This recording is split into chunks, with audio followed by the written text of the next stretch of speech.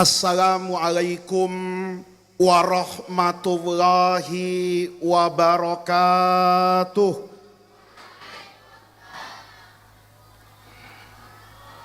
Bismillahirrahmanirrahim. Alhamdulillahi rabbil alamin. Wassalatu wassalamu ala ashrafil anbiya'i wal mursalin wa ala alihi wa sahbihi ajma'in, amma ba'du. Segenap para alim ulama yang saya muliakan, para kiai, para guru, saya mohon maaf tidak menyebutkan nama beliau satu persatu, tetapi tidak mengurangi rasa hormat dan ta'zim kita kepada guru-guru kita semua, pengasuh Pondok Pesantren Az-Zainiyah Al-Mukarram, Bapak Kiai Haji Aang Abdullah Zain, beserta keluarga besar zuriyah dari Al-Maghfurlah, Bapak Kiai Haji Zezen Zainal Abidin, pejabat-pejabat pemerintah yang hadir pada kesempatan malam hari ini. Ini acara settingannya bagus, ya. Jadi saya itu ketika mau diundang Pak Sekjen, itu sudah dikasih tahu. Malam pertama partai ini, malam kedua partai ini, malam ketiga partai ini. Alhamdulillah, di antara partai yang diundang berbarengan dengan saya, itu partai yang kursinya banyak, ya.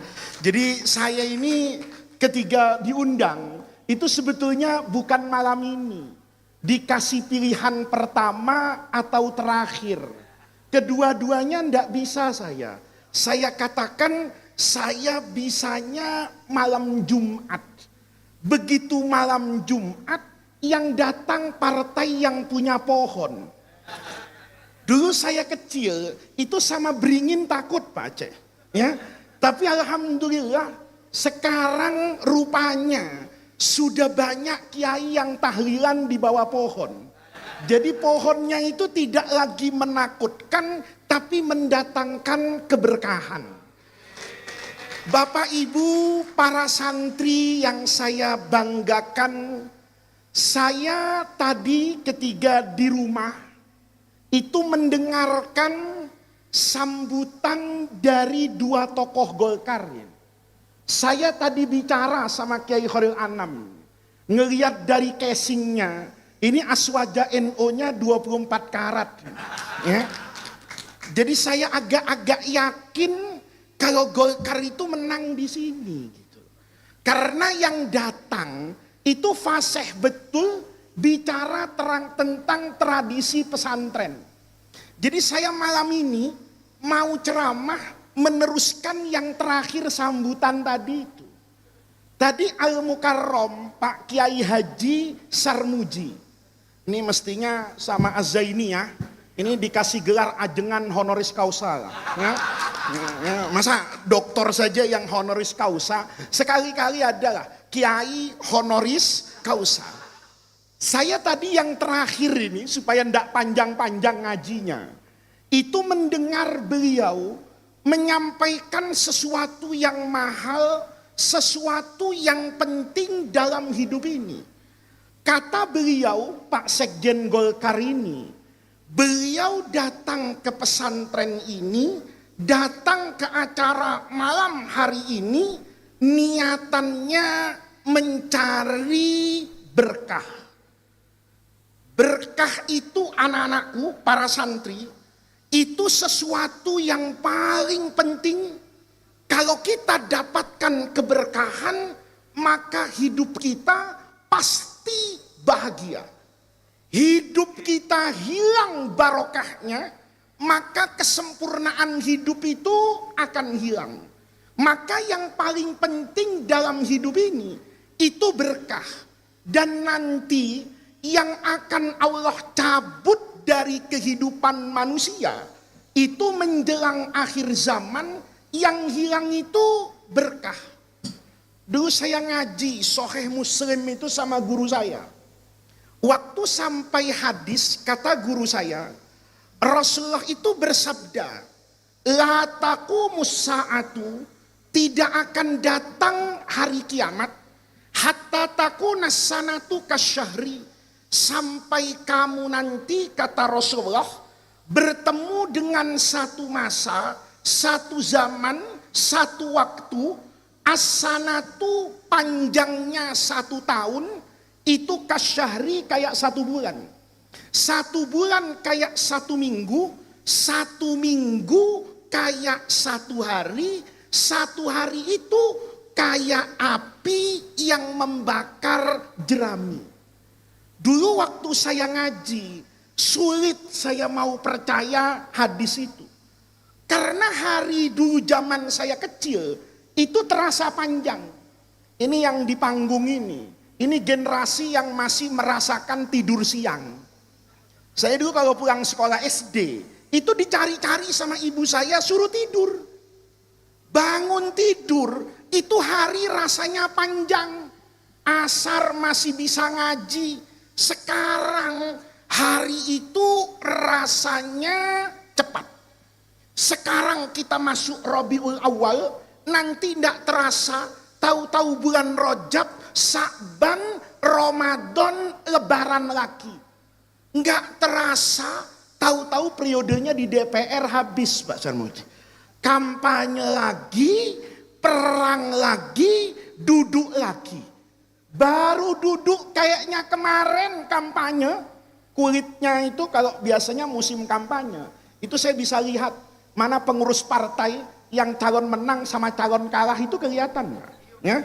Kalau yang calon menang itu biasanya di masa-masa kampanye, saya mohon maaf itu, kulitnya agak hitam, itu. Agak banyak minyak karena sering turun ke bawah. Yang sering turun ke bawah itu yang yakin menang. Tapi kalau caleg-caleg hasbunallah wa ni'mal wakil, ya, caleg-caleg yang ujungnya nanti waktu pengumuman itu cuma baca innalillahi wa inna ilaihi rajiun, itu biasanya mulus itu. Saya bilang, kamu nyalon kok mulus betul, katanya. Saya enggak pernah turun Gus ke dapil. Kenapa? Ya cuman buang-buang uang, katanya begitu Pak Aceh. Ini yang enggak yakin apa ini? Menang. Itu rasanya baru kemarin. Tiba-tiba cepat. Saya waktu itu bertanya sama guru saya, guru, hadis ini kalau pakai logika, itu bertentangan dengan faktanya. Karena apa-apa, semakin tua, semakin lama, bukan semakin tua, semakin cepat. Nih, kita kalau dulu main bapak-bapak nih yang di panggung, itu pasti tahu mainan namanya yoyo. Ya, nah itu berarti kita tua Pak.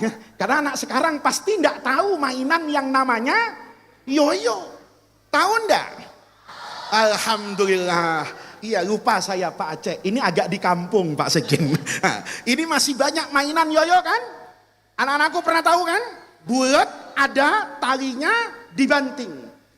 Yoyo itu kalau pada bantingan pertama itu putarannya pasti apa ini? Cepat. Kalau anak-anakku punya bola basket kemudian diputar pintar begini, itu pada putaran pertamanya pasti cepat, lama-lama melambat, berhenti. Hari ini kata Rasulullah, nanti akhir zaman itu semakin cepat. Padahal berarti perputaran matahari ini harusnya semakin akhir zaman mestinya semakin melambat. Karena dia semakin tua. Kenapa kok hari terasa cepat? Kata guru saya, tidak ada yang berubah dengan matahari. Tidak ada yang berubah dengan perputaran bumi. 1 hari tetap 24 jam. Zaman Nabi dengan zaman kita, zaman Sayyidina Abu Bakar dengan zaman Pak Prabowo, itu yang namanya 1 bulan tetap sama 30 hari. 1 hari tetap 24 jam, 1 jam tetap 60 menit sama. Bedanya di mana? Kata guru saya, cepat itu bukan putarannya, tapi hilangnya keberkahan waktu. Kita dulu waktu itu berkah betul. Ibu-ibu dulu itu, kalau di dapur nenek saya, masak 1 jam, itu jadi masakan. Istri saya sekarang 4 jam di dapur, enggak selesai masak. Coba, anak-anakku kalau pulang nanti lihat ibunya itu. Kalau masuk dapur, itu enggak langsung masak. Dapurnya dirapiin dulu. Setelah rapi, difoto Pak. Kalau cuman difoto enggak apa-apa. Di-upload dulu nih. Ada jadi status WhatsApp, ada masuk TikTok, ada masuk Instagram. Begitu di-upload, selesai tugasnya? Enggak. Jawab komentar. Masya Allah, ibu cakep amat dapurnya, beli di mana? Ribut membicarakan dapur. Habis itu langsung masak? Enggak. Semua yang mau dimasak dibaris. Ada bumbu rendang, ada daging. Langsung masak? Enggak. Difoto. Alhamdulillah, rezeki istri solihah. Biar apa-apa mahal, tetap makan daging. Nah, lihat nih. Akhirnya 5 jam itu enggak masak-masak itu. Cuma urusan pameran dapur dengan isi dapur. Hilang berkahnya, itu tandanya akhir zaman. Sekarang ini mohon maaf, ilmu saja itu kehilangan barokah loh. Ya, di Indonesia bapak-bapak ini pasti tahu. Ada orang ahli hukum kena hukuman. Itu agak enggak masuk akal itu. Kalau ada orang ahli hukum kena hukuman. Ada orang yang dulu setiap hari menghukumi dan menghakimi, sekarang dihukum dan dihakimi. Itu tandanya ilmunya kehilangan apa ini? Barokah. Kiai saja banyak yang kehilangan barokah. Ya, kalau kiai dulu itu kiai sufi. Kalau dapat amplop dipilah-pilah. Ini amplopnya ini, amplop halal, subhat, apa haram. Kiai sekarang itu mau ceramah negosiasi amplop. Kalau ceramah masih mendingan, zikir. Ada orang ngundang. Nanya sama panitianya, ini zikir akbar? Iya Kiai. Saya mau tanya, pakai nangis apa enggak? Memang kenapa Kiai? Kalau enggak pakai nangis 15 juta. Kalau pakai nangis 30 juta. Ini orang kalau di pesantren ngajar ihya, bicara ikhlas, bicara zuhud. Tapi kalau ngajar disesuaikan dengan amplopnya. Ada kiai itu, kalau sebelum acara, itu ngecek dulu YouTube-nya panitia. Begitu acaranya kurang meyakinkan, kalau ini saya langsung datang tadi. Kenapa? Ada petinggi Golkar. Ini kalau apa? Ada petinggi Golkar ini sudah hayatan toyibah ini. Ya. Karena iyalah, sekjen datang. Maka panggung seperti ini, saya agak curigai. Ini panggung sebagus ini, karena hebatnya pesantren. Apa murah hatinya Pak Sekjen Golkar? Ini saya tidak tahu. Tapi ada kiai itu ngecek sound dulu.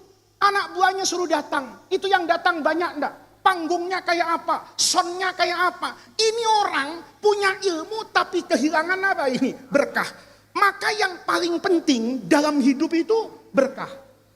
Ini kalau pakai Quran hadis lama Pak Khairul Anam nih. Tapi kalau pakai cerita setengah jam selesai ceramah saya ini. Berkah itu unik anak-anak. Dulu ada santri, itu enggak percaya berkah. Nanya sama alim besar di Irak, namanya Imam Ibrahim bin Adham. Santri ini datang, guru saya minta doa. Kata gurunya, doa apa? Kata santrinya, ya doa yang biasa guru. Doa itu kan tergantung keadaan kita. Kalau orang sakit, minta didoakan sehat sembuh.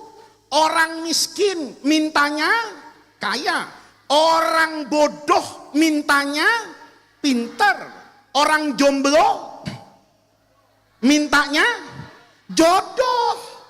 Nih, Anggota DPR waktu pilkada, waktu pilek, itu doanya cuma satu loh ini. Allahumma menang, Allahumma jadi, Allahumma menang, Allahumma jadi. Itu doa semua begitu. Pedagang Allahumma laku, pasti kok. Semua orang doanya itu pasti begitu. Kata Ibrahim bin Adham, salah nak. Kamu jangan minta doa kaya. Kamu jangan minta doa jadi orang alim. Kamu jangan minta doa jadi orang berpangkat. Kata muridnya, saya minta doa apa guru? Saya, kata gurunya, dari kecil diajarkan kalau minta doa itu minta doa yang berkah. Kata muridnya, saya tidak percaya barokah. Ini murid yang sami'na wa pikir-pikir. Ya. Kata muridnya, saya hidup itu pakai uang, tidak pakai barokah. Bener juga loh. Tadi saya lewat tol itu bayarnya pakai e-money, tidak pakai sholawat fatih. Ada kiai torekat di sini, biar torekatnya jadi yang ngamalin sholat ada. Begitu sampai gerbang tol, Allahumma sholli ala sayyidina Muhammadinil Fatih. Kebuka pintu tol. Salah tawassul itu, ya kan? Nggak akan terbuka itu pintu tol. Yang buka uang. Maka kata muridnya, saya nggak butuh berkah guru, saya butuh uang. Katamu gurunya, jangan nak. Orang itu yang penting berkah. Kata muridnya, apa guru buktinya? Kata gurunya, kamu tidak usah saya bacakan ayat Quran, tidak usah saya bacakan hadis. Kalau kamu mau melihat dua ciptaan Allah nih, maka kamu akan tahu dahsyatnya barokah. Kata muridnya, apa yang harus saya lihat guru? Kata gurunya, kamu lihat dua binatang ciptaan Allah. Ada semua di Sukabumi ini. Yang satu anjing, yang satu kambing. Nih, kata muridnya, apa guru yang harus saya lihat? Banyak. Yang pertama kata gurunya, kalau ada kambing perempuan sama anjing perempuan hamil, itu begitu melahirkan, banyakan anaknya anjing apa anaknya kambing? Hah? Anaknya kambing apa anaknya anjing? Anaknya anjing. Anjing kalau punya anak, itu bisa 5, bisa 6. Sementara kambing anaknya rata-rata 1, paling banyak 2. Nih, kata muridnya, apa yang harus saya lihat guru? Coba kamu perhatikan. Anjing perempuan kalau lahiran anaknya banyak. Kambing perempuan kalau lahiran anaknya sedikit. Tapi nanti populasinya, tahu populasi?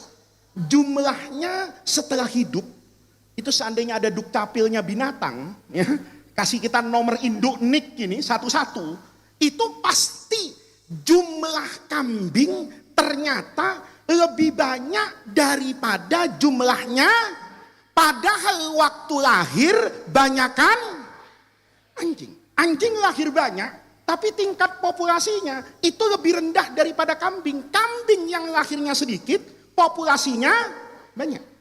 Kata muridnya, benar juga guru ya. Yang lahirnya sedikit jadi banyak, yang lahirnya banyak jadi sedikit. Kata gurunya, bukan cuma itu nak. Coba kamu lihat yang kedua. Kalau tadi lahirnya, sekarang matinya. Setiap hari yang paling banyak mati anjing apa kambing? Anjing apa kambing? Kambing. Buktinya acara malam ini, ya kan? Saya tadi udah dikasih makan kambing di sana itu ya. Ya, kalau anak-anakku ndak dikasih makan kambing wajar, beda makom. Beda antara santri sama kiai itu harus ada bedanya. Kalau sama ya rugi saya. Saya tadi di atas itu di rumah itu dikasih makan daging yang saya yakini kambing. Berarti setiap ada haul besar itu kambing stres itu. Masya Allah, Maulid Nabi. Pasti musim kematian. Bener enggak? Bener enggak? Ada perempuan nih, ibu-ibu hamil, itu kambing kena mental Pak. Ya kan? Kambing kena mental itu, kenapa? Hamil besar. Kata kambing, ini perempuan hamilnya besar ini. Jangan-jangan anaknya kembar. Kata kambing, kalau anaknya 2 kembar laki-laki, lahiran, kita berempat mati, kata kambing. Kenapa? Anak-anakku belajar fikih kan? Kalau ada perempuan lahir, maka disunnahkan bersyukur tasakuran. Nama ibadahnya akekah. Akekah motong apa? Motong apa? Pernah ada orang akekahan motong anjing? Hah? Nggak ada. Yang dipotong kambing. Berarti yang mati tiap hari kambing. Asal ada tukang sate di Sukabumi, kata kambing, innalillahi wa inna ilaihi raji'un. Mati kita. Berarti yang mati tiap hari. Lihat, kata Ibrahim bin Adham, aneh kan nak? Kambing itu lahirnya sedikit, mati tiap hari, tapi banyak.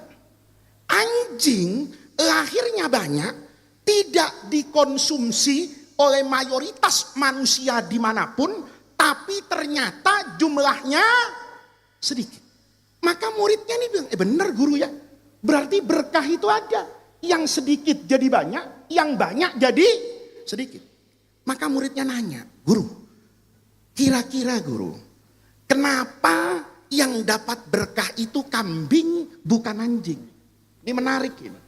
Kata gurunya, sebelum sampai ke sana nak, saya ingin mengatakan kepadamu, dari banyak aspek lahiriah, itu sebetulnya kambing kalah jauh dengan anjing, anjing jauh lebih hebat daripada anjing.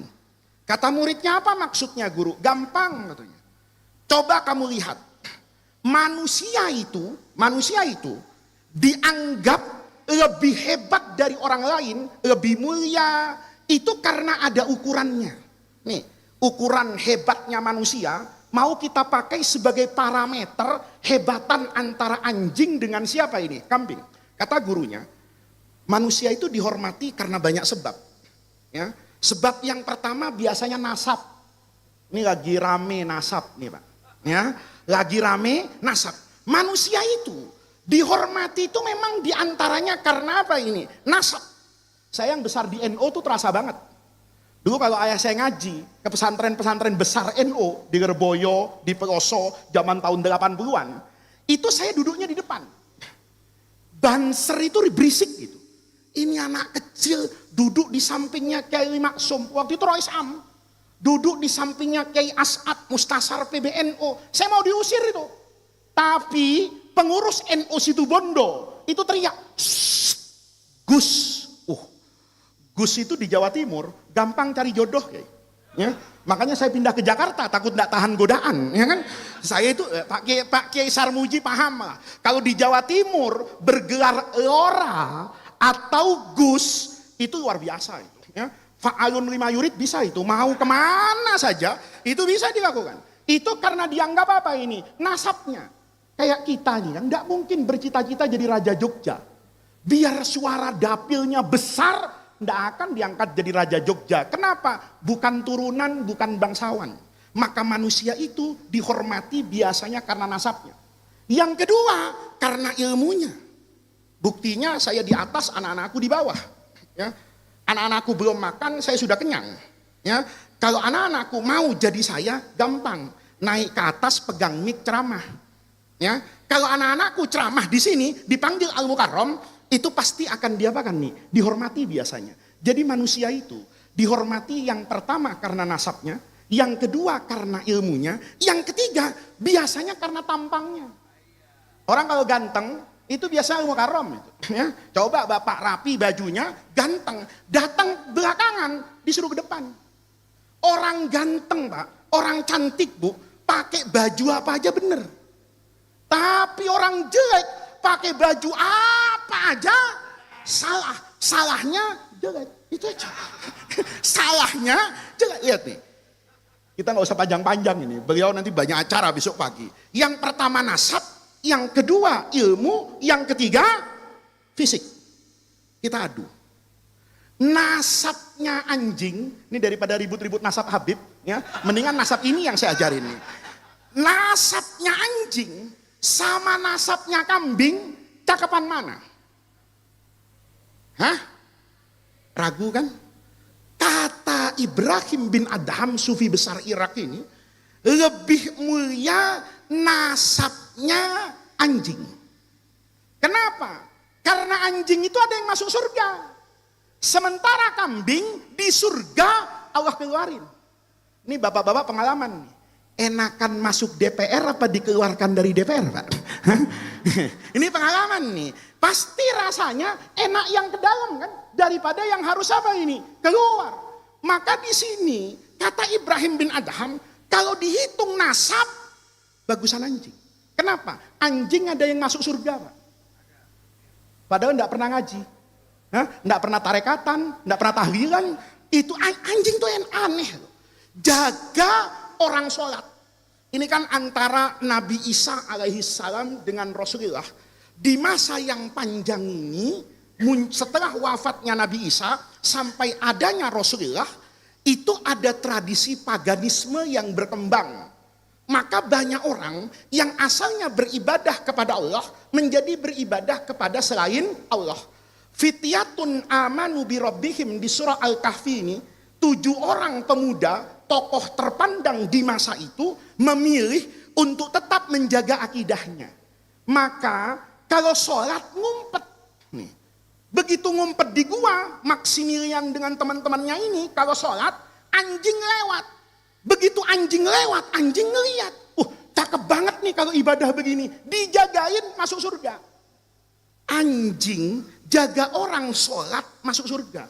Ada pengurus NO nggak di sini? Ya. Kalau ada banser masuk neraka itu kebangetan, Mbak. Ya.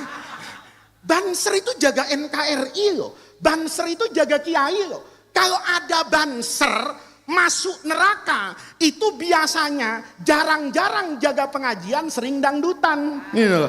Karena anjing jaga kiai sholat tanpa anjingnya sholat. Kalau banser masih ngaji, Pak. Banser masih sholat subuh. Ini enggak sholat, enggak ngapa. Cuma jaga orang sholat, cinta sama orang sholat, dijagain masuk surga. Maka anak-anakku, kalau di Sukabumi ini ada anjing, enggak boleh dilempari batu. Ya, karena anjing itu yang menganjingkan anjing itu Allah. Bener enggak? Anjing itu kepengennya jadi faiz. Kata anjing enak juga jadi faiz ini ya. Cuman pegang mic tiap malam keliling Indonesia gratis. Lah iya, saya lebih enak dari Pak Sekjen. Pak Sekjen ini kalau kemana-mana pasti bawa uang. Dan kalau pulang pasti uangnya habis. Pasti itu. Itu pasti. Ya, ibu pasti ke tempat mana-mana bawa uang, pulang uangnya habis. Kalau saya dibalik, Pak. Kemana-mana enggak pernah bawa uang. Tapi pulangnya enggak pasti, Pak. Enggak pasti. Itu bergantung takdir. Bapak ini sudah sudzon sama saya ini ya. Enggak pasti, Pak. Ada kadang-kadang bawanya itu kadang-kadang ada alhamdulillah. Ya enggak sedikit juga kadang-kadang innalillahi wa inna ilaihi rajiun. Anjing ini enggak boleh dilempari batu. Kenapa? Nanti kalau anjing itu yang menganjingkan anjing itu Allah. Maka anjing betul dalam mazhab kita Imam Syafi'i itu air liurnya najis mughalladhah, tetapi itu tidak mengurangi hak hidupnya anjing di bumi Allah. Besok jangan dilempar anjing. Karena kalau anjing dilempar, besok anjingnya ngomong, lu jangan sembarangan ngelemparin gue, anjing Betawi ini. Emang kenapa jing? Gue nggak boleh ngelemparin lu? Lu jangan sembarangan. Gue ini anjing keturunan anjing mulia. Kakek gue di surga, kakek lu di mana? Repot jawabnya. Repot jawabnya. Anjing ini bilang, nasab saya nyambung sama Genesio ini. Anjing Ashabul Kahfi ini. Nanti itu anjing. Jagain orang sholat. Orangnya sholat dia jaga. Orangnya tidur dia tidur. Bangkit dari tidur setelah 300 tahun dia bangkit. Nanti kata ulama, orang itu masuk surga, anjingnya ikut. Jadi hati-hati kalau ada anjing, ya. Kamu hormatilah. Ini anjing Gus ini, ya. Ini anjing Lora ini. Ini anjing apa ini? Keturunan nasab orang anjing baik, bukan orang baik. Keturunan anjing baik. Kambing di surga diturunkan sama Allah sebagai gantinya Nabi Ismail. Berarti bagusan yang masuk ke surga daripada yang keluar dari surga. Paham anak-anakku? Berarti nasabnya cakapan siapa? Cakapan siapa? Anjing. Yang kedua, ilmunya anjing itu lebih bagus daripada ilmunya kambing. Ilmunya anjing itu bermanfaat buat saya orang muslim, bisa menentukan halal dan haramnya makanan. Kalau mau saya makan, itu bergantung dengan ilmunya anjing. Maka di Jakarta tuh ada sekolah anjing. Ya, saya dulu enggak tahu, mobil berhenti anjing turun, mobil berhenti anjing turun. Saya tanya, ini tempat apa Pak? Ini pelatihan anjing Pak, katanya.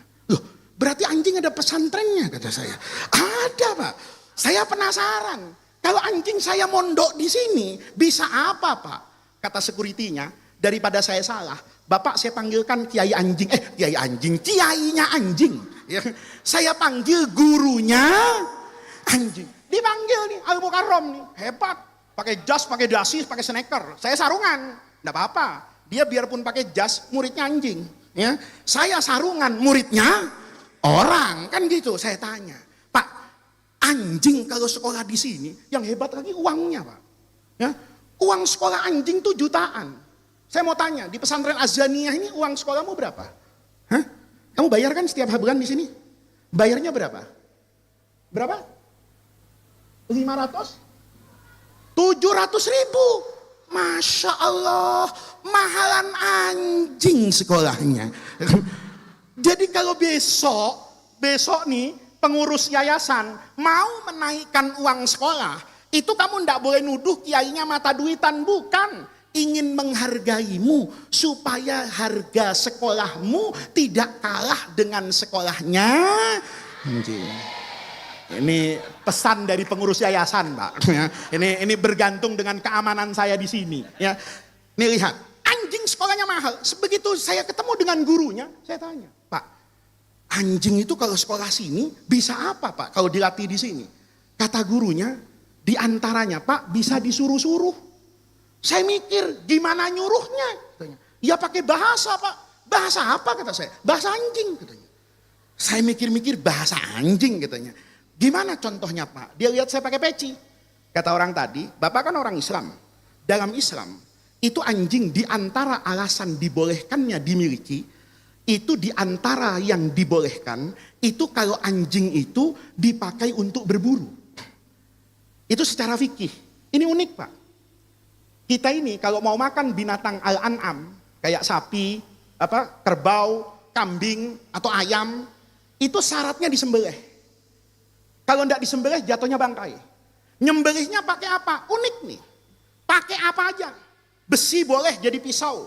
Bambu boleh. Punya bambu yang tajam, pakai nyembelih boleh. Benang boleh, asal ayam. Kalau sapi tidak boleh. Kamu pegang sapi, kamu potong pakai benang, kiamat kurang 2 hari baru putus itu ya. Nah, tapi prinsipnya boleh kalau putus. Yang unik, yang haram itu kalau berbahan dasar tulang. Jadi kalau saya punya gadingnya gajah, saya tajamkan, kemudian saya pakai motong sapi, maka sapinya jatuhnya bangkai. Kenapa? Dipotong pakai alat potong berbahan dasar tulang. Tapi anehnya, pisau ini bisa diganti oleh gigitannya anjing. Nih, anjing itu dalam fikih hebat. Kalau dia bisa ngerti disuruh, itu nanti hukumnya jadi halal. Maka ketika saya ketemu pelatih anjing, itu gimana Pak? Gampang. Bapak angkat 2 jari. Ini waktu pilpres saya nggak berani ceramah ini nih. Ya, karena ada kode 2 jari Pak Sarmuji, mohon maaf ini. Karena kan pilihan kiai itu harusnya tersembunyi dalam jiwa. Jadi saya alhamdulillah, kiai yang nggak pernah jadi tim sukses itu saya. Ya, jadi saya nggak pernah punya foto sama Pak Prabowo, nggak punya foto sama Pak Anies, nggak punya foto sama Pak Ganjar. Jadi kalau ceramah itu enak Pak. Ya. Kalau di depan merah, rada-rada merah, seneng itu jamaah kan. Kalau kuning, agak-agak biru, saya ini kan presidennya biru kemarin, dan begitu. Ini saya bilang, cara nyurinya gimana? Kata pelatih anjing, Bapak pegang 2 jari. Terus, pegang mata Bapak.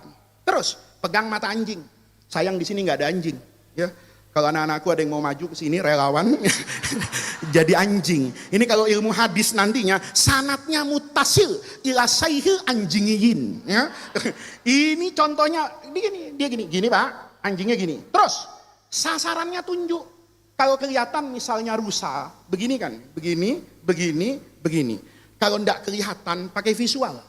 Bapak punya gambar kambing, punya handphone, ada kambingnya, tunjukin Pak, begini. Nanti kepala anjing tuh goyang-goyang, begini-begini. Terus ujungnya, guk. Saya tanya, Kalau ngomong guk itu artinya apa? Kata gurunya anjing, itu bahasa Arabnya fahimtu. Itu bahasa Arabnya fahimtu. Jadi begitu, anjing. Guk. Nah, itu bahasa Arabnya fahimtu. Bahasa Indonesianya, saya paham Tuan. Tuan ingin perintahkan saya untuk membunuh kambing itu kan. Secara fikih sederhana. Tepuk paha kanannya anjing itu sambil baca Bismillahirrahmanirrahim. Maka anjing ini lari. Begitu lari, dia terkam itu kambing, mati. Dia teriak lagi itu, guk, guk, guk, guk. Saya tanya, itu artinya apa Pak? Beres bos katanya. Jadi ternyata ada artinya guk-guk itu kan. Beres bos. Saya jalan ke sana, ngelihat kambingnya mati. Halal apa haram? Halal apa haram? Belum tentu. Bisa halal, bisa haram. Kapan halal? Kalau saya sampai ke sana, kambingnya itu utuh anak-anakku. Kepalanya ada, pahanya ada, kakinya ada. Nggak ngambil komisi tanpa izin. Ya, nggak ngambil komisi tanpa ini. Kalau kambingnya mati, anjingnya di samping guk guk guk, lengkap utuh, nggak ada yang dimakan, halal. Kenapa? Ini anjing pinter, habis ngaji Riyadhus Shalihin.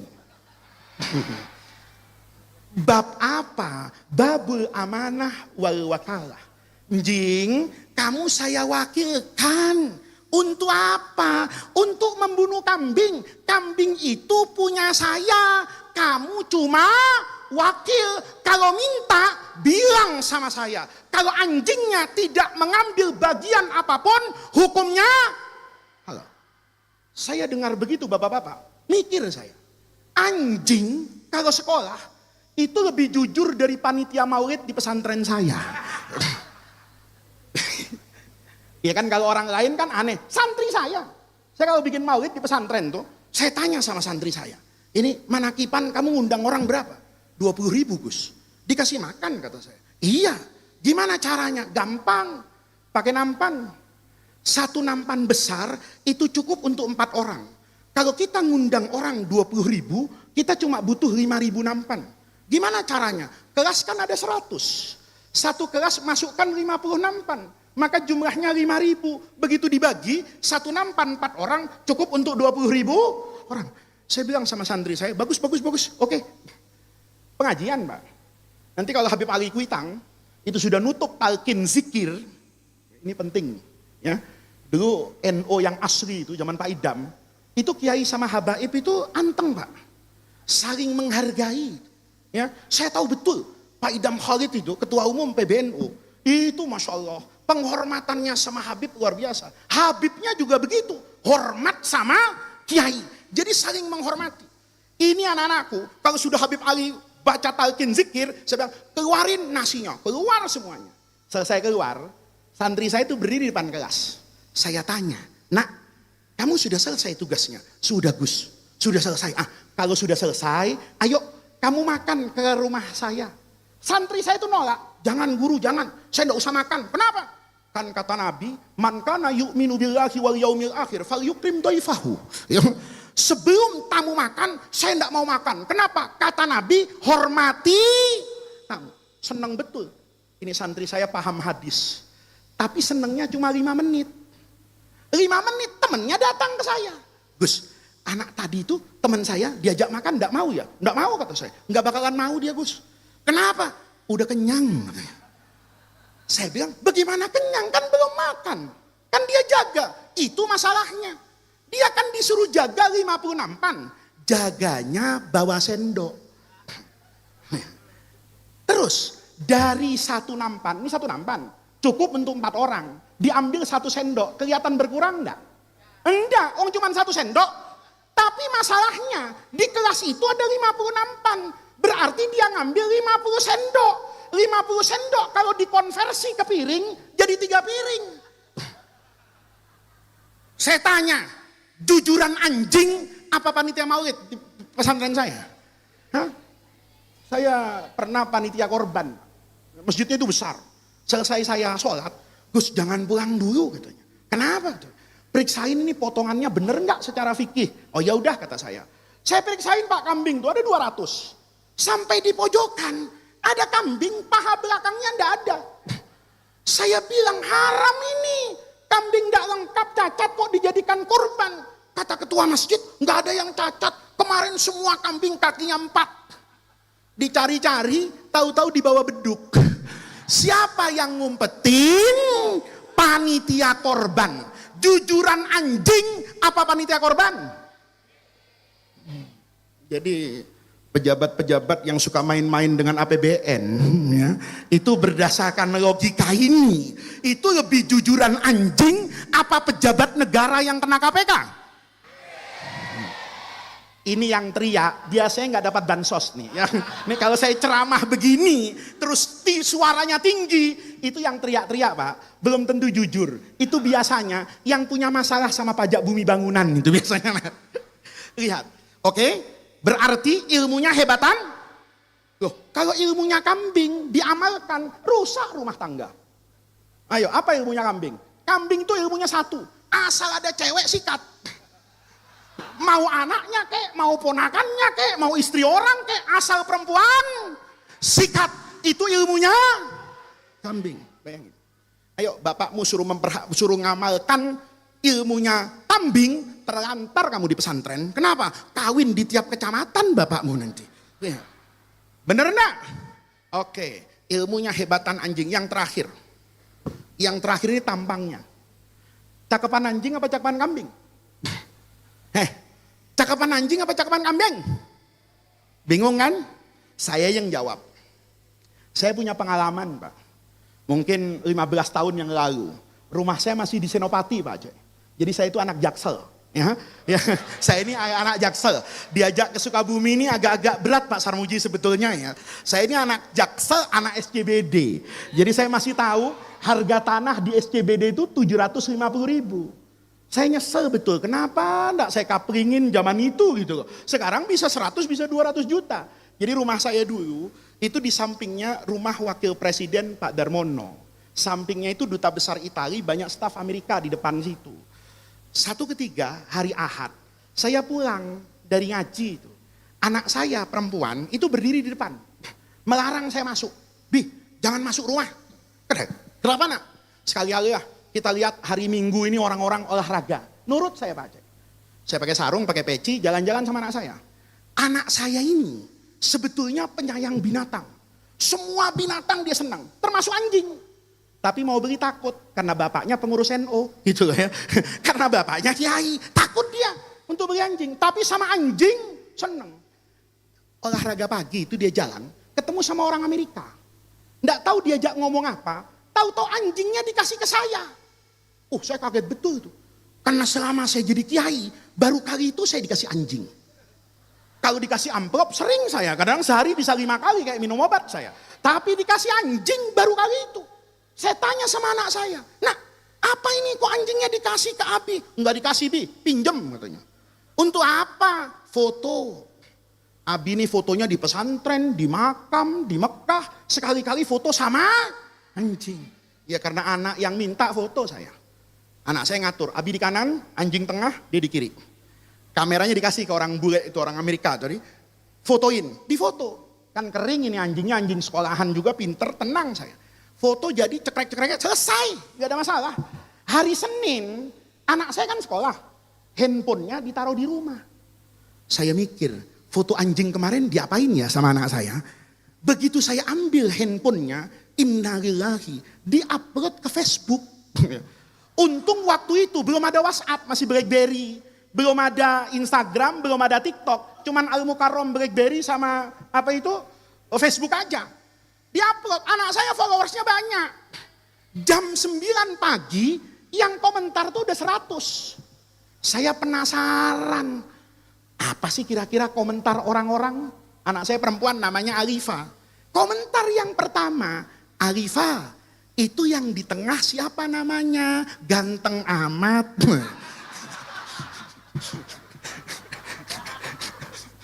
Siapa yang di tengah? Siapa? Anjing. Yang kedua Khalifah, yang tengah bawa dong ke rumah, kita main-main gagah amat gitu, pakai love-nya itu sepabrik, bayangin. Siapa yang dicintai? Anjing.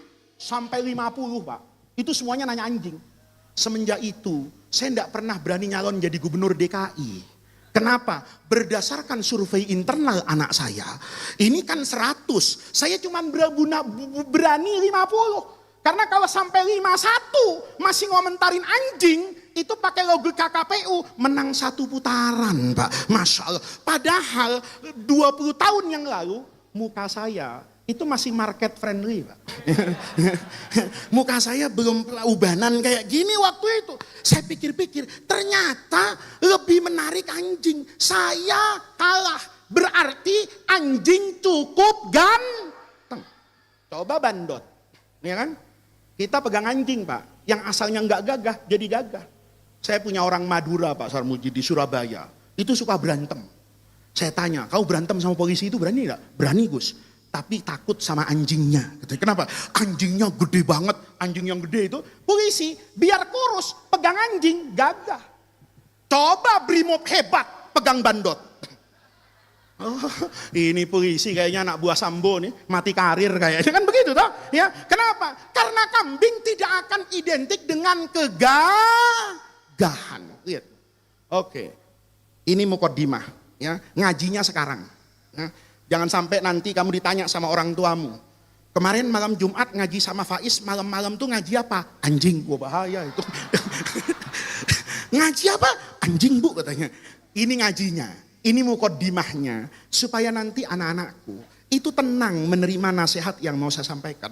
Ini lihat, dari banyak aspek, ilmu, nasab, tampang, anjing itu lebih hebat daripada apa ini? Kambing. Pertanyaannya, ini balik kepada pidatonya, sambutannya Sekjen Golkar. Jadi ilmu ini sanatnya nyambung sampai ke Selipi Pak. Ya, jadi kalau bapak-bapak mau dapat sanat ini harus ngaji ke Selipi Pak Sarmuji ya. Kalau ngaji baru di mana ini di Sukabumi, ini sanatnya masih mungkote ini ya, belum mutasil. Ini anak-anakku. Kata Ibrahim bin Adham, perhatiin nah. Nasabnya cakepan anjing, ilmunya cakepan anjing, tampangnya hebatan anjing. Pertanyaannya, kenapa yang dapat barokah kambing? Nih. Kata Ibrahim bin Adham, anakku, anjing itu lebih hebat dari kambing. Kambing itu kalah hebat dari anjing. Tetapi yang dapat barokah itu kambing, karena kambing itu jalan hidupnya benar, anjing jalan hidupnya salah. Kata muridnya, apa guru jalan hidup? Rasanya sama. Kata gurunya, anjing sama kambing itu hampir sama hidupnya, tapi ada yang beda. Apa itu? Kambing itu, ya, sebandot-bandotnya bandot. Udah nih, ya, sebandot-bandotnya bandot. Itu kalau maghrib pulang ke rumah, Pak.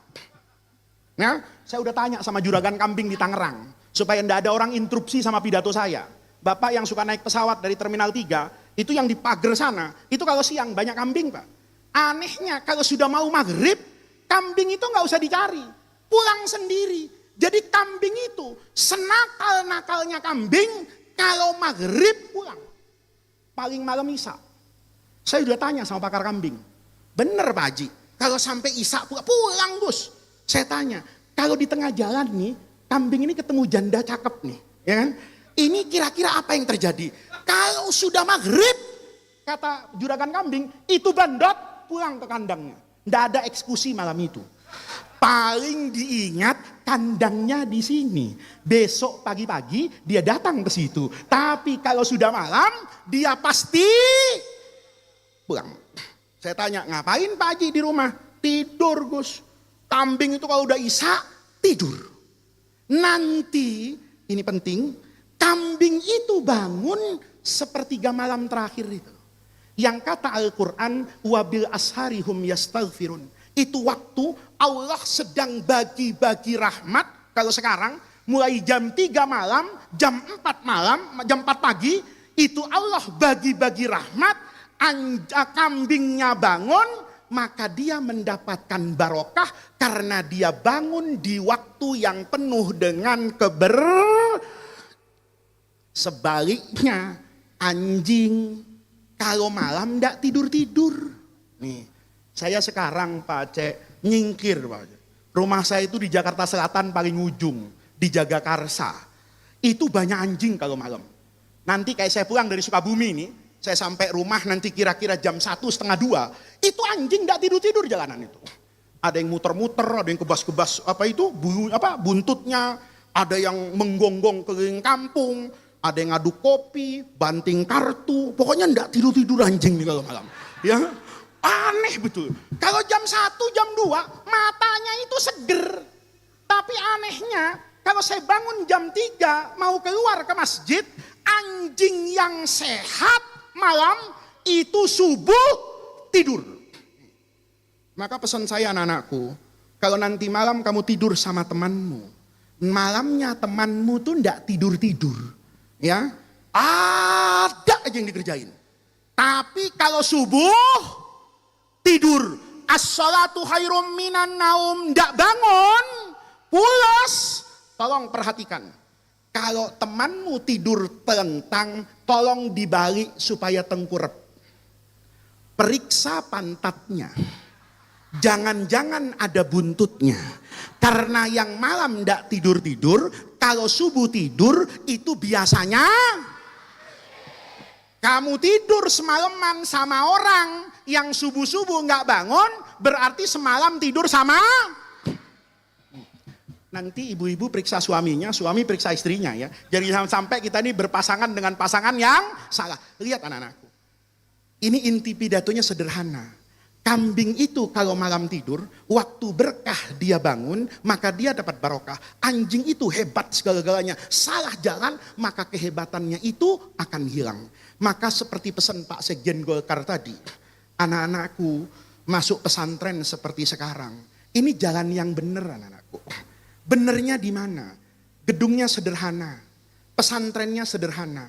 Tapi tugasmu itu tidak sederhana. Nanti kalau anak-anakku sabar di pesantren Az-Zainiyah ini, belajar dari kecil kelas 1 sampai nanti tamat ya, dengan segala duka, dengan segala penderitaan, berpisah dengan orang tua, tetapi anak-anakku niatnya ngaji, maka anak-anakku di akhirat itu dicatat sama Allah sebagai orang yang menjaga agama Rasulullah. Agama Nabi itu kan tidak dijaga dengan Quran hadis, anak-anak. Dijaganya dengan apa? Dengan ketersambungan sanad ilmu.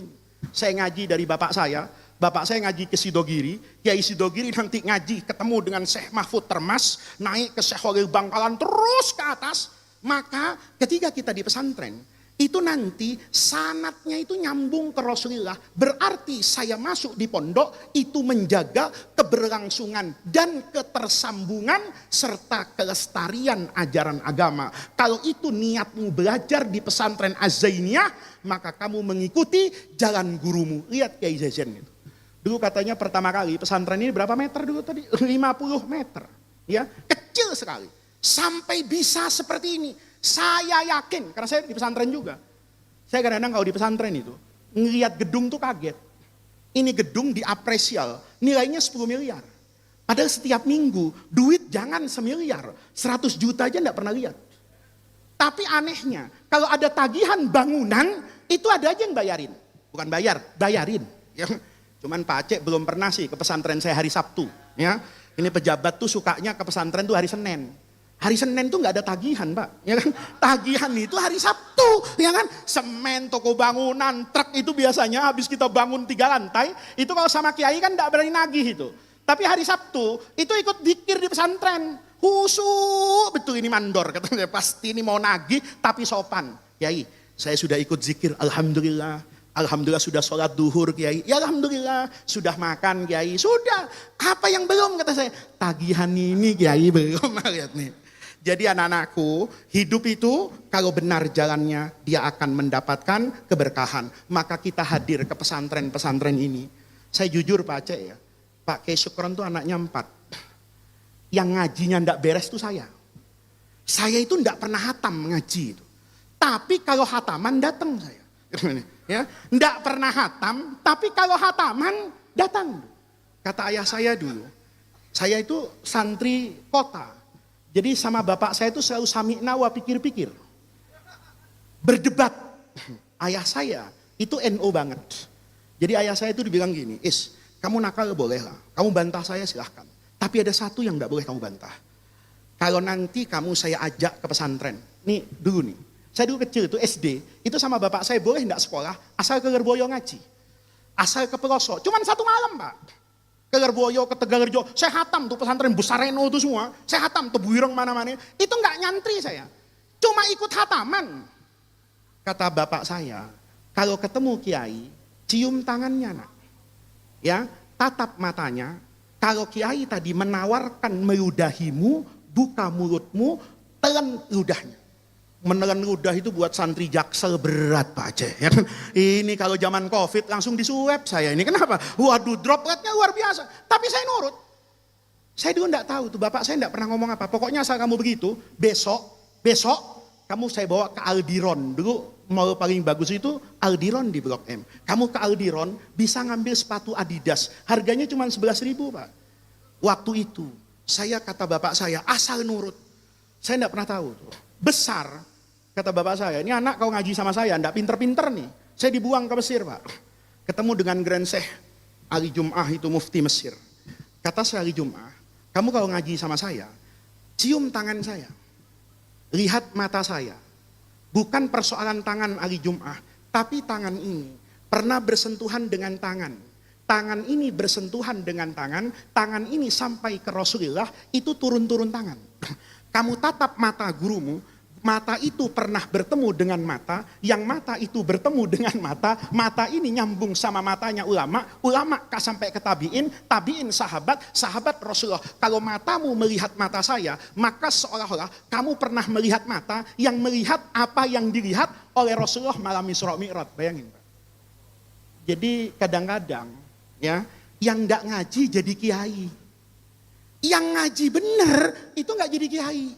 Kenapa? Karena hilang barokahnya. Maka betul tadi, Sekjen Golkar ini harus dapat kiai honoris causa. Kenapa? Karena mengajarkan sesuatu yang paling penting. Jangan cari apa-apa dalam hidup, tapi cari keberkahan. Di pesantren, dekat dengan ulama, ada zikir, itu di dalamnya ada begitu banyak keberkahan. Maka mudah-mudahan hadirnya kita di majelis yang baik ini, langkah kaki yang kita gerakkan ke pesantren ini, Allah catat sebagai tawassul dan wasilah kita semua untuk mendapatkan keberkahan dalam hidup ini, untuk mendapatkan khairat dunya wal akhirah.